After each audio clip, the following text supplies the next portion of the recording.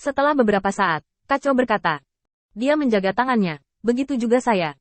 Saya adalah metode yang Anda ajarkan. Dan saya harus memiliki lebih dari dia.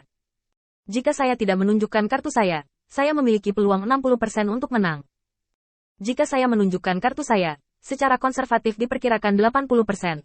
Feng Tianxing mengerutkan kening. Berapa banyak cara yang diperlukan untuk memastikan bahwa kamu memiliki peluang 90% untuk menang melawannya? Kacau berpikir sejenak. Tidak diperlukan sarana tambahan. Saya hanya perlu memahami trik yang Anda ajarkan ke tingkat selanjutnya. Feng Tianxing mengangguk. Baiklah. Aku tidak bisa mengunyah sebanyak yang aku mau. Datanglah padaku ketika kamu menghabiskan kartu holemu. Gunakan satu, dan aku akan memberimu satu. Kacau mengepalkan tinjunya. Terima kasih, Tuan Feng. Feng Tianxing diam-diam mengalihkan pandangannya ke medan perang yang jauh. Sedikit keberuntungan untuk memenangkan Kakyu. Setelah bertarung berulang kali, obsesi Kakyu untuk bertahan hidup menjadi semakin serius. Hanya dengan hidup dia dapat kembali ke keluarga Kakyu dan merevitalisasi keluarga. Melalui obsesi ini, Feng Tianxing menargetkan Kakyu berkali-kali untuk memenangkan jarak antara kedua belah pihak. Hingga suatu hari, Kakyu mengetahui bahwa dia hanyalah iblis dengan kekuatan biasa setelah dia kehilangan kartu truf Feng Tianxing. Kartu tak berujung. Inilah alasan mengapa Kakyu sangat bersedia melayani Feng Tianxing. Di tempat lain, tidak mungkin dia mendapatkan perhatian seperti itu, dan tidak mungkin dia mendapatkan begitu banyak metode rahasia.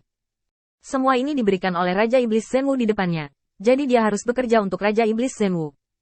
Feng Tianxing memesan dengan santai. Bersihkan medan perang sedikit, lalu bawa 1000 iblis untuk berkemah di kota yang jaraknya 100 mil ke utara.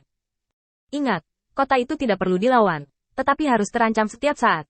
Kacau segera mengangguk. Ya, kamu harus melakukan semua yang kamu bisa untuk tampil untuk Jia Luo. Apakah itu yang kamu maksud? Feng Tianxing mengangguk.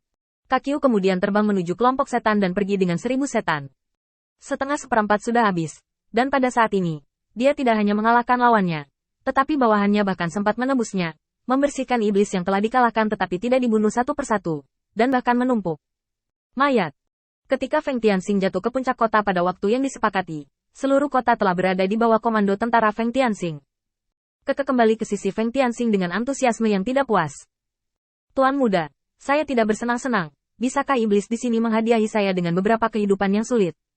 Melihat mata bersemangat Keke, Feng Tianxing tersenyum. Tidak satupun dari iblis di kota ini yang akan tinggal.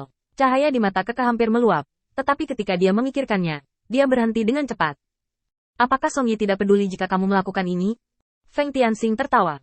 Tidak apa-apa, dia bisa membunuh semua iblis di sini dengan persetujuan diam-diam. Keke bersorak dan melompat ke kota. Hanya sorakan yang membuat para iblis yang hadir merasa mati rasa. Keke memasuki kota. Sial, untung aku tidak pergi. Tidak ada gunanya jika aku terluka secara tidak sengaja. Cih, kamu hanya tidak mengerti pada pandangan pertama. Tuan Feng sangat memihak Keke. Dalam setengah tahun terakhir, ketika kita bisa menjarah sembarangan, kita bahkan tidak bisa membandingkan fraksinya. Pergi, pergi, pergi, berhenti bicara omong kosong. Jika Keke tidak berlutut untuk memohon pada Tuan Feng, kita pasti sudah lama mati. Dan kita masih menaruhnya di sana untuk membuat iri dan bersiap dengan ketenangan pikiran. Kamu bisa. Jangan biarkan eyeliner Jia Luo melihat masalahnya, jadi ambillah tindakan.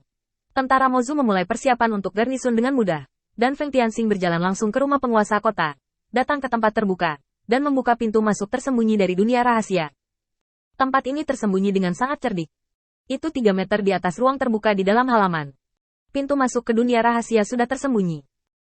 Ditambah dengan cara yang unik, jika bukan untuk mengenang penguasa kota, Feng Tianxing harus berhati-hati untuk menemukan tempat ini.